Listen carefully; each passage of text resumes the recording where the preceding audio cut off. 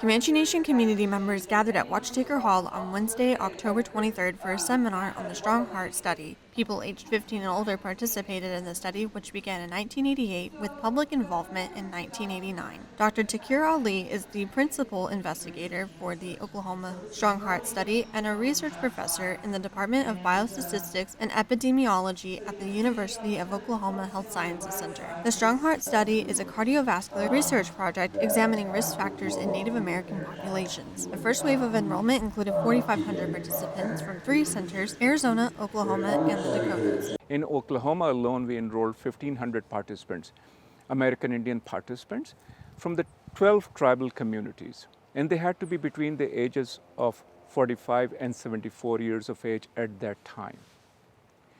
So we enrolled those participants and we invited them back to undergo a physical exam that include lab tests and physical exam, including height and weight measurements to get their BMI and then their blood pressure measurements, and we did their EKG, those kind of things. And that was the baseline exam that was going. In addition to that, we administered different questionnaires, including medical history questionnaire, medication use, psychosocial questionnaires,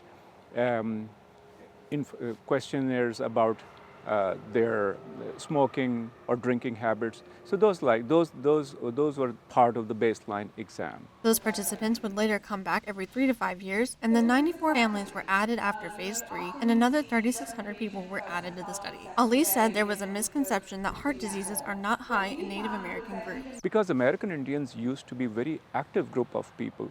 They're hunters and very active group, physically very active group of people. So that may have given them an idea that heart diseases are not that high in this population.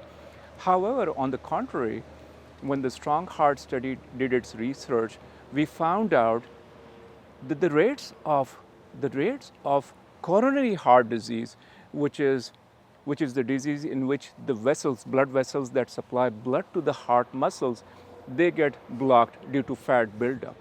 So what we found that the rates of coronary heart disease was higher in American Indian population compared to other populations in the US. So that's what we found. And we also found that because of the high rates of diabetes, we found that most of these cardiovascular diseases that occurred in individuals who had diabetes. And our study, Strong Heart Study, found that about 50% of our participants, original people, had diabetes. The study also found that LDL cholesterol and blood pressure levels are generally lower in Native Americans than in any other U.S. populations. Even at lower levels, they have to be monitoring. We have to be monitoring, their heart health very closely. It should not mislead you, their level is low, so they might not have heart disease. That is not true for this population. Ali said heart disease is also found in younger age groups. We did echocardiograms, which are like ultrasound of your heart, and we found out that the abnormalities with the structure and function of the heart through this echocardiogram was apparent in adolescents at very young age, and most of those adolescents also had metabolic syndrome. They found abnormalities in the heart structure that were apparent in the younger age group. The key thing is to have that preventive approach, not wait until something has happened. You have to follow a healthy lifestyle, and just at starting at a very young age. And just doing healthy activities, being physically active, and eating healthy diet, and avoiding other risk factors of smoking and increase alcohol consumption, those kind of risk factors. Avoiding trying to avoid stress and those kind of things. He said the study also found a protein that could indicate damage to the kidney. They demonstrated they were found to be they're very powerful markers of future cardiovascular diseases. So we learned that as well. And also we found out that, the people who are physically inactive or consumed processed meat a lot, the chances or the probability of getting diabetes was higher in that group.